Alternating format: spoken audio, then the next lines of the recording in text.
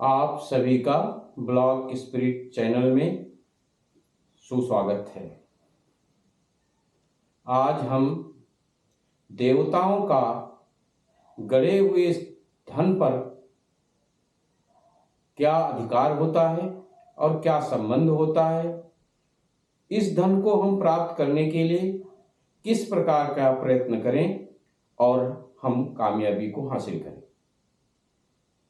अतः इस संबंध में आज हमने विचार किया और आज हम ये विशेष ज्ञान आप लोगों को देने की कोशिश कर रहे हैं।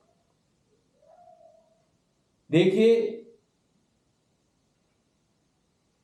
84 लाख योनियों में से सबसे सर्वश्रेष्ठ योनि मनुष्य की होती है, ये हमारा सनातन धर्म कहता है। कृपया इस संबंध में मतमतैक हैं, मतांतर भी हैं, संप्रदाय भी हैं और लोग भी हैं, अपना अपना मत प्रस्तुत करते हैं, लेकिन सनातन में इसका विशेष महत्व है। सर्वश्रेष्ठ प्राणी होने के नाते मनुष्य में वो शक्ति निहित है जो देवताओं को भी दुर्लभ है। देवता भी किसी ना किसी सहारे से पृथ्वी लोक पर भी आना पड़ता है और वो कार्य करने के लिए पृथ्वी लोक पर भी आते हैं और किसी का अहित करने के उद्देश्य से भी आ जाते हैं। इस स्थिति में कभी आपने देखा होगा कि मंदिरों में, जैसे पद्मनाभ मंदिर में, एक दरवाजा नहीं खोला जा सका है। इसका उद्देश्य है, या यूं कह दो कि उस मंदिर को खोलने के लिए कि विशेष पूजा की जरूरत है, जिसमें उस देवता को जो वहां पर उपस्थित है, यानी पद्मनाभ जी, उनका ही पूजन करना पड़ेगा और माता जी सहायता करेंगी। बीज होते हैं, हर देवता के संबंध में एक बीज होता है। बीज का संबंध गुरु से मिलता है। गुरु परंपरा के द्वारा आपको ये चीज प्राप्त हो सकती है, या यूं कह दें कि कालांतर में हम भी आपको इस तरह की शिक्षा दे सकते हैं। इस समय आपके सामने इन बीजों का उच्चारण करना या बीजों के संबंध में ज्ञान प्राप्त कराना थोड़ा असंभव है, क्योंकि ऐसा हमको कहने का माता की तरफ से नहीं कहा गया है। जब कहा जाएगा तो हम आपको इस संबंध में बताएंगे। माता कई रूपों में संसार में मौजूद हैं। सबसे पॉपुलर रूप माता का लक्ष्मी रूप है। लक्ष्मी का संबंध जल से, वायु से, अग्नि से और पंच महाभूतों से रहा है, लेकिन सबसे अधिक संबंध मां का जल से रहा है। जल से इसलिए होता है कि जल ही वो चीज है जिसे आप या साधारण जन समझ सकते हैं कि ये प्राण प्रदान करता है। वायु क्योंकि बहती है, अदृश्य होती है। परमात्मा का स्वरूप प्राणवायु के रूप में, प्राण जल के रूप में, प्राण शब्द के रूप में, अन्य विषयों के रूप में सबका उच्चारण करना आध्यात्मिक हो जाता है। इसलिए मैं साधारण रूप से ही बताना चाहता हूं कि मां का संबंध जल से अधिक है। कहां से माता प्रकट हुई? समुद्र मंथन के परूप माता जल से प्रकट हुई, समुद्र में। इसीलिए समुद्र को रत्नों की खान कहा जाता है। सबसे ज्यादा धन वहां उपलब्ध है। यदि हमारी सरकार चाहे और कोशिश करे, प्रयास करे, अनुसंधान करे, हम जैसे लोगों की सहायता ले, तो एक समुद्र से कई योनियां, यहां तक कि लाखों वर्ष तक पैसे की कमी या रत्नों की कमी नहीं होगी। इतना भंडार परमात्मा ने दे रखा। कभी ये सोचा जाए, जैसे हमारे यहाँ मुस्लिम लोगों में कहावत है कि अल्लाह हमारे खाने की व्यवस्था पहले कर देता है, इसके बाद हमें पैदा करता है। सनातन में तो ये मुख्यतः प्रचलित है कि परमात्मा जब हमको संसार में पैदा करता है तो हमारे खाने की व्यवस्था, हमारे रहने की व्यवस्था और हमारे हर क्रियाकलाप को संपन्न कराने की व्यवस्था करता है। हम दोहन ना कर पाए, हम ना समझ पाए, हम कुंठित रह जाएं, ये हमारी कमियां हैं। कृपया ये समझने की कोशिश करें कि रत्नों के भंडार में हम ना जाएं और रत्न प्राप्त करने की कोशिश करें तो क्या रत्न प्राप्त होगा? नहीं प्राप्त होगा। कृपया इस संबंध में भी जानने की कोशिश करें कि सर्वशक्ति स्वरूपा, सब जीवों पर दया करने वाली, सबको अन्नपान कराने वाली माता पृथ्वी का यदि दोहन करें, अगर बच्चा दूध ना पीना चाहे तो नहीं पिलाती है। अगर आप बच्चा दूध पीना चाहे तो माता सबको दूध पिलाती है और सबका भरण पोषण करती है। आप कृपया समझें कि धन का भंडार कहां हो सकता है? धन का भंडार माता के स्वरूप में, माता पृथ्वी के अंतर्गत है, जो जिंदा दिखाई देती हैं, हमारे सामने रहती हैं।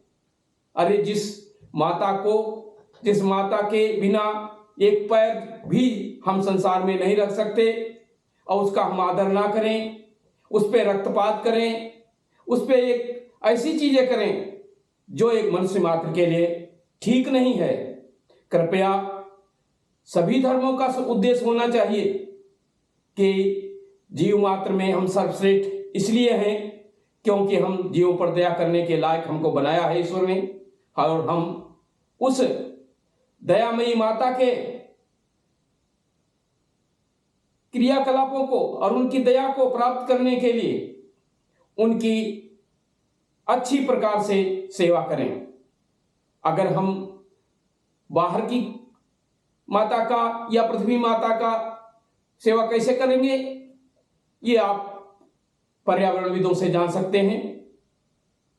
हम अपनी माता की, जिसने हमको जन्म दिया है, उसकी तो सेवा हम कर ही सकते हैं। जब वो माता प्रसन्न हो जाती है तो पृथ्वी माता भी प्रसन्न हो जाती हैं, माता भैरवी प्रसन्न हो जाती हैं, उनकी 10 विद्याएं प्रसन्न हो जाती हैं। यदि हम अपनी माँ का प्रेम से, आदर सत्कार के साथ पूजन और उनका किसी तरह से सेवा करने में तत्पर रहें तो ऐसा होता है। अतः हम आपको ये बताना चाहते हैं कि अगर धन का भंडार कहीं है तो समुद्र में है। अब क्षीर सागर कहा जाए कि वहां रहती हैं, आज अपनी ससुराल में आई हुई हैं, क्षीर सागर आपको नहीं दिखाई देगा। वो आपकी आंखें नहीं है, वो आपको आंखें नहीं दी गई हैं कि आपको क्षीर सागर दिखाई देगा, लेकिन समुद्र तो दिखाई देता है। समुद्र तो आपके सामने है और उसमें रत्नों का भंडार है। रत्नों का भंडार, इसका एक रत्न अरबों खरबों क्या है। आप पैसे की बात करते हैं, पैसा कहां से कम है? पैसा कहीं भी कम नहीं है। आपको समझने की जरूरत है और जानने की जरूरत है। पृथ्वी मां जब उनका थोड़ा सा सेवा करते हैं, साफ सुथरा रखते हैं, उस चीजों से दूर रखते हैं, अरे गोद में मां के सभी लोग सब कुछ करते हैं, सभी परिस्थितियां होती हैं। अरे भाई, अब क्या हम अपवित्रता या पवित्रता की तरफ बढ़ सकते हैं? अगर हम कभी पोटी करते हैं तो कहां करेंगे? माता की गोद में ही करेंगे। हम अगर पूजा करेंगे तो माता की ही गोद में करेंगे। हम जीवित रहेंगे तो माता की गोद में जीवित रहेंगे। तो कृपया इसको ये मान करके चलें कि आप एक अबोध जीव हैं और माता का ये विशाल शरीर जो पूरे संसार में फैला हुआ है और हमको रोटी देती है, अगर इसी रोटी में थोड़ी सी और मेहनत कर ली जाए तो जैसे आज की डेट में ही हमारे यहाँ लिथियम का भंडार मिल गया, सोने का भंडार मिल गया। ये क्या है? रिसर्च है। रिसर्च के साथ ही अरे परमात्मा ने तो हमको सब कुछ देता है। हम ऐसा कभी नहीं हुआ कि परमात्मा ने हमको कुछ नहीं दिया। परमात्मा ने हमको ये पूरा संसार दिया है कार्य करने के लिए और प्राप्त करने के लिए। इस प्रकार से ये धन जो देवताओं के सानिध्य में रहा, देवताओं के सानिध्य में कैसे रहता है धन? कभी मंदिर में दान किया जाता है, और वो धन जो प्रकृति के अनुकूल नहीं होते लोग माता से या चोरों के द्वारा, अब माता के पास तो बहुत है, चोर को भी वो सहायता कर देती हैं कि भाई कर ले जाओ, उठा करके उन्होंने एक दूसरी जगह रख दिया। तो अधिकार क्षेत्र किसका है?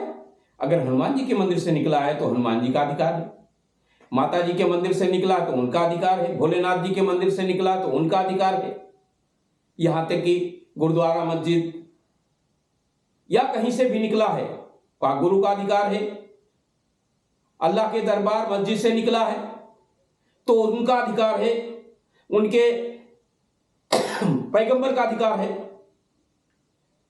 अब उस धन को प्राप्त करने के लिए आपको माता के साथ उस देवता का भी पूजा अर्चना या उसे मनाना पड़ेगा, तभी आप प्राप्त कर सकते हैं।